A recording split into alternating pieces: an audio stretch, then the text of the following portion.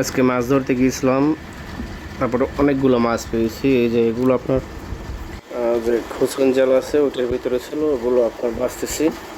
এরপরে দেখতে পাবেন সামনে বড় বড় মাছ, এই যে একটা শোল মাছ, যে এগুলো ছিল খুচনের ভিতরে জাল আর কি, খুচন জাল ওটার ভিতরে।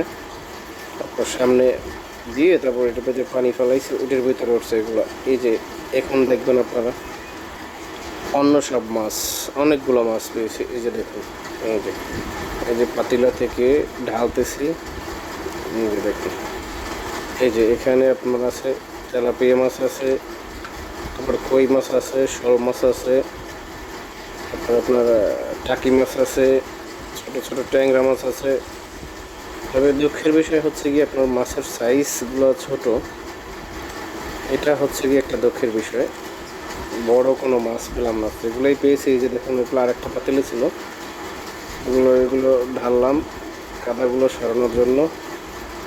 সবগুলো মাছই আপনার ছোট। যতগুলো কই মাছ পেয়েছি, এই মাছগুলো যদি আপনার সাইজ একটু ভালো হতো, বড় হতো, তাহলে অনেকটা কাজে দিত। এই যে এখন দেখতেছেন এগুলো ছোট ছোট কই মাছ। এই যে দেখুন সবগুলো কই মাছ, তারপরে শোল মাছ, টাকি মাছ, আর দুইটা সম্ভবত তেলাপিয়া মাছ পেয়েছিলাম।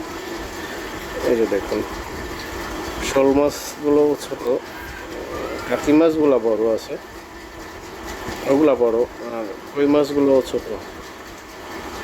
অন্যান্য পুঁটি মাছ এগুলো পাই নাই, এই যে এগুলোই পেয়েছি। তবে মাছ পেয়েছি কিন্তু অনেক,